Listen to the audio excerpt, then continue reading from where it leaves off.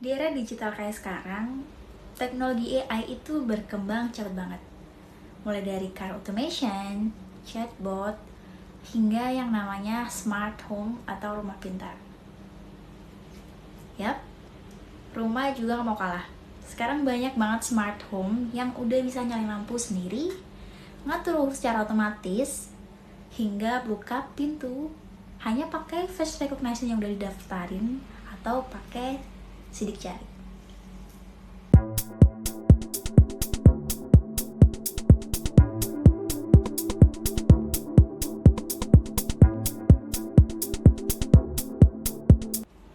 Apa itu logika proposisional? Basically, logika proposisional itu adalah salah satu bentuk logika yang paling dasar yang akan membantu untuk mengambil sebuah keputusan. Jadi, kita akan mengubah fakta-fakta dunia nyata menjadi kalimat-kalimat logis yang nantinya hanya akan memiliki dua nilai, yaitu true atau false.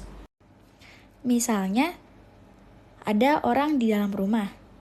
Itu bisa kita ubah menjadi proposisi P.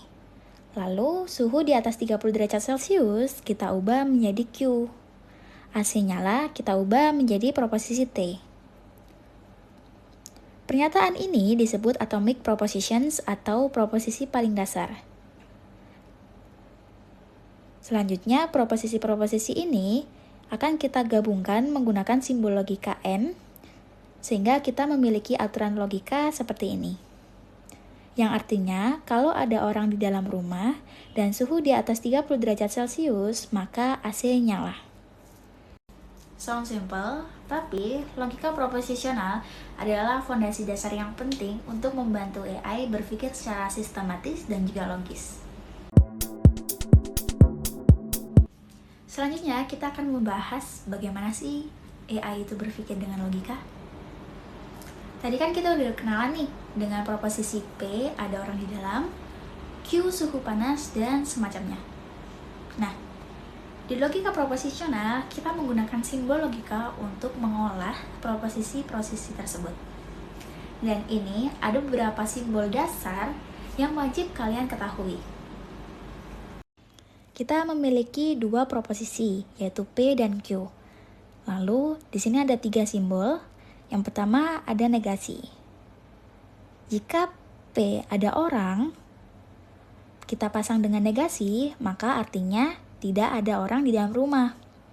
Lalu konjungsi, P konjungsi Q, maka artinya ada orang di dalam rumah dan suhu di atas 30 derajat Celcius. Artinya dua kondisi harus benar sekaligus. Yang ketiga ada disjungsi. P disjungsi Q, artinya ada orang di dalam rumah atau suhu di atas 30 derajat Celcius. Cukup salah satu saja yang benar. Nah, selain simbol, ada juga yang namanya aturan inferensi, yaitu cara AI untuk menarik sebuah kesimpulan berdasarkan fakta-fakta yang dia ketahui. Salah satu aturan paling dasar namanya modus ponens. Contohnya kayak gini. Jika P maka Q dan P benar, maka kita bisa simpulkan Q juga benar. Contoh, aturan logika yang kita punya, kalau ada orang di dalam rumah dan suhu lebih dari 30 derajat Celcius, maka AC nyala. Fakta yang ada orang di dalam rumah benar, suhu di atas 30 derajat Celcius juga benar, maka AC harus nyala.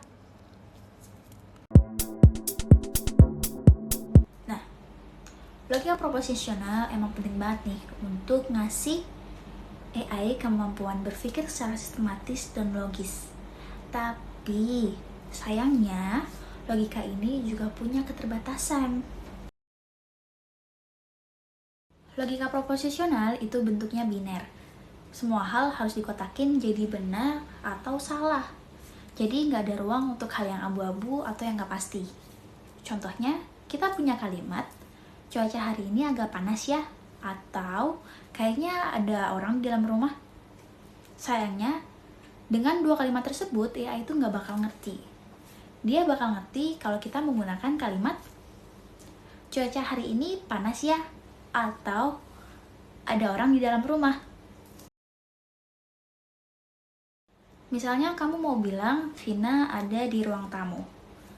Nah, sayangnya logika proposisional itu cuma bisa tahu ada orang di rumah tanpa dia tahu siapa, di mana, dan lagi ngapain.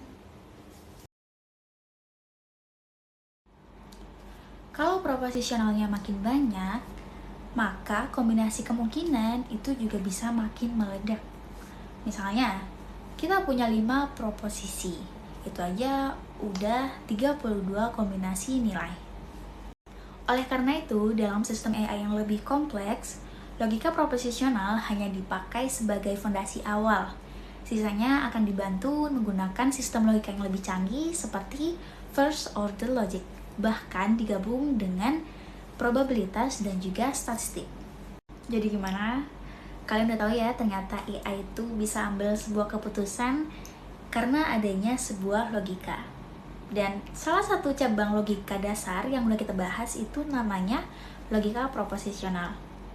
Dari pernyataan sederhana, kayak ada orang di dalam rumah dan suhu lebih dari 30 derajat Celcius, ya itu bisa gabungin fakta-fakta tersebut untuk menjadi sebuah keputusan seperti nyalahin AC.